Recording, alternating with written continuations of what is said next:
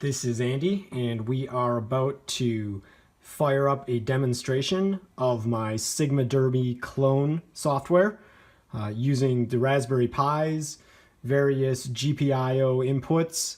I've also got a small 7-inch touchscreen that is handling the input. Basically, if you've seen the Sigma Derby, it is a electromechanical horse racing game found in a couple casinos in Vegas. Right now, I'm focused primarily on the software side of the application. So there is a Python server running on the Raspberry Pi, old model, the original Raspberry Pi right there. And I have the client software, which is running on a Raspberry Pi B Plus right here. The server is generating a scoreboard, if you will. So nothing too fancy yet, just basic graphics. It's waiting for players to connect. So the clients connect to the players via Ethernet connection, so it should work over wireless eventually.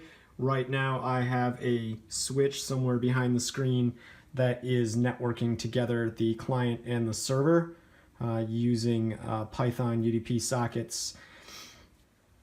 All right, so we'll go ahead and fire up the client. Server's already running, as I said, waiting for players to connect.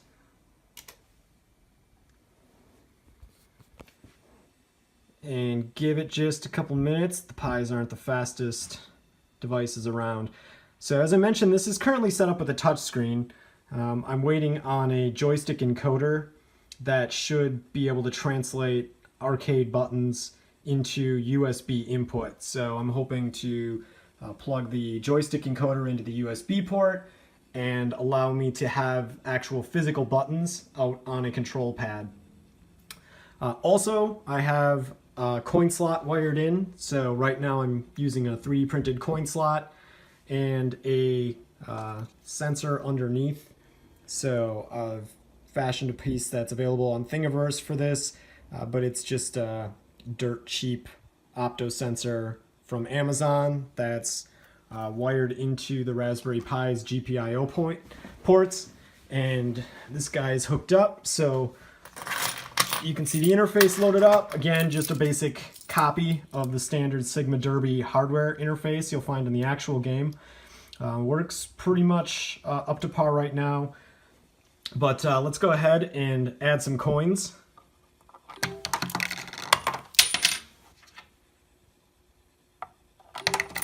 And you'll hear the sound effect going in the background.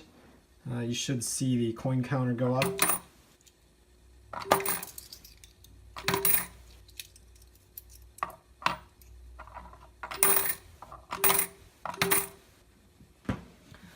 All right, let's go ahead and start the race.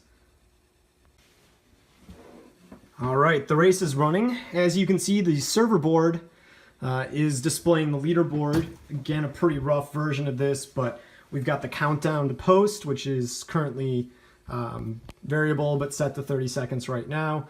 You'll see the odds running across the screen. Again, all part of the code.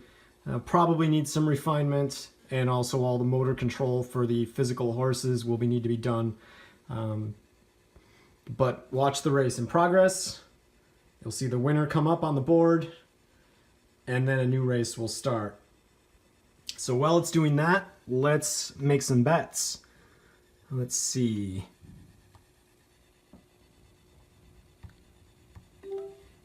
One, 2,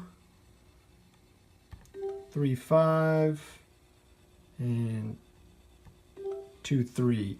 So you'll see the active LEDs, the number of credits in on a bet, coin meters going down, and let's see what happens.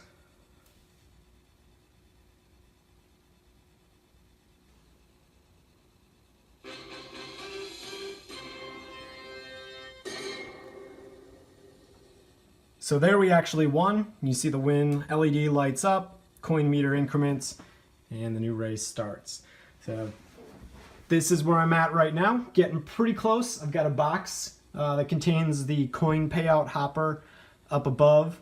So next up on the radar is working on the coin hopper and wiring it in. I have a relay ready to hook that up to the GPIO of the client's Raspberry Pi code. And from there on out, it goes into actually building the horse track and the stepper motors that we'll use to control the actual horses.